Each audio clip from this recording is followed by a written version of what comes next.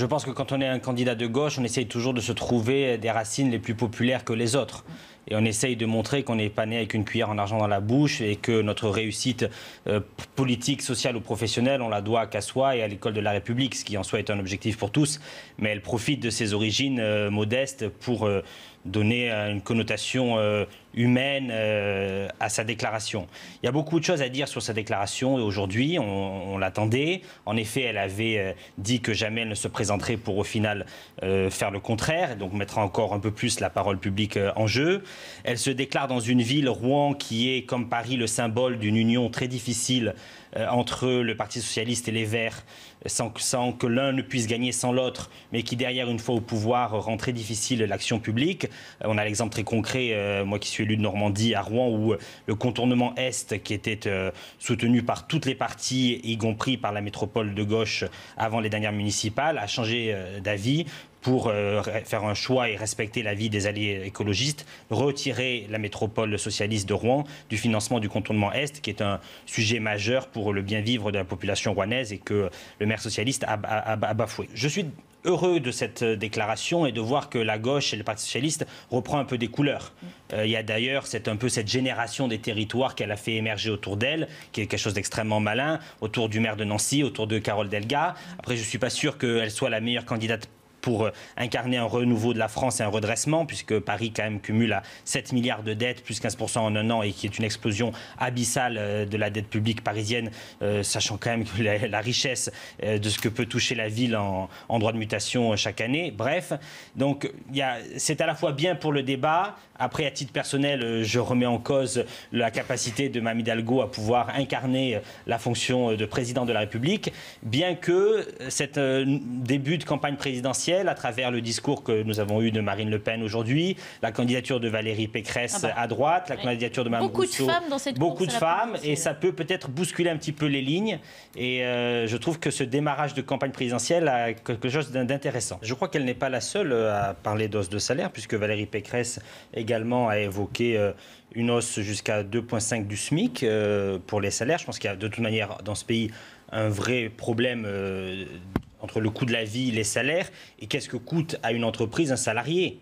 Le patron, il n'est pas là pour se limiter à donner un salaire faible à ses employés.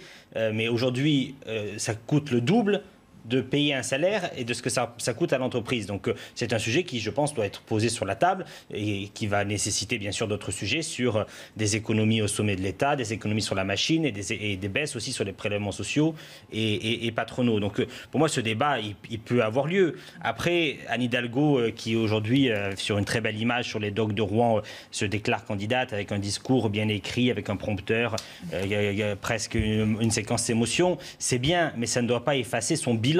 Un bilan qui est purement désastreux à la tête de la ville de Paris.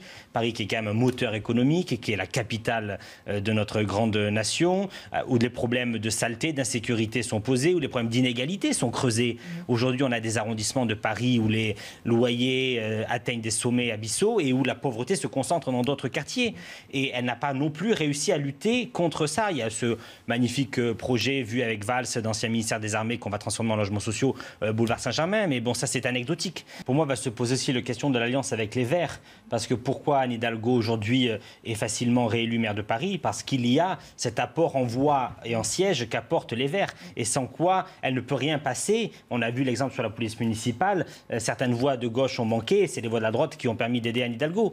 Donc vraiment, comment va-t-elle pouvoir apporter ce combat de présidentiel avec des Verts candidats peut-être séparés qui en ont marre d'être derrière le candidat socialiste? C'est un vrai sujet.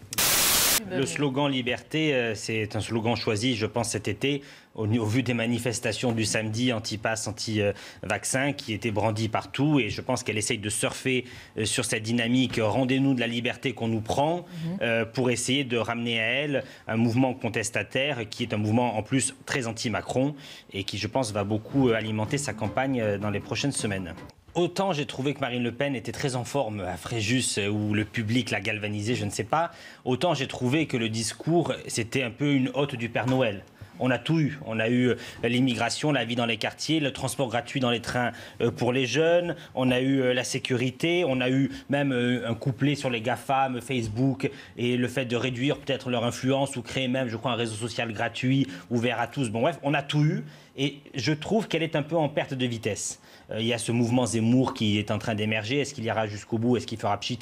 Je ne sais pas. Mais je trouve qu'elle est en perte de vitesse parce que l'échec au régional a montré que cette volonté de se normaliser n'a pas réussi. Elle n'a pas réussi à prouver que ses équipes en local pouvaient gouverner des régions contre notamment les régions sortantes tenues par la droite. Et qu'elle est sans arrêt dans un va-et-vient entre les racines du mouvement, mais aussi une volonté de s'ouvrir. Comment construire une majorité avec tout cela? Je ne vois pas vraiment. Un programme qui traduit de la confusion. Oui, beaucoup de confusion. Il ne faut pas non plus écarter des quartiers où la situation est dramatique. La situation dont elle parle, bon, bien sûr, elle surfe sur les images de la reconquête de Kaboul par les talibans et le transfert potentiellement d'Afghans. Donc elle surfe sur des images extrêmes pour essayer de détailler ses propos. Mais elle pointe toujours le sujet sur des cas extrêmes, mais qui sont des cas extrêmes qui existent dans ce pays.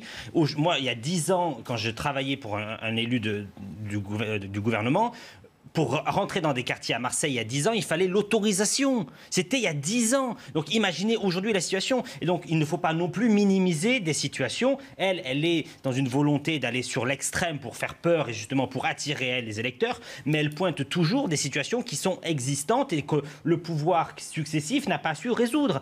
Je suis persuadé qu'aujourd'hui, il doit y avoir une liste très concentré de quartiers entiers où on ne peut pas rentrer, où les forces de l'ordre ne peuvent pas rentrer et où les trafics en tout genre ont lieu.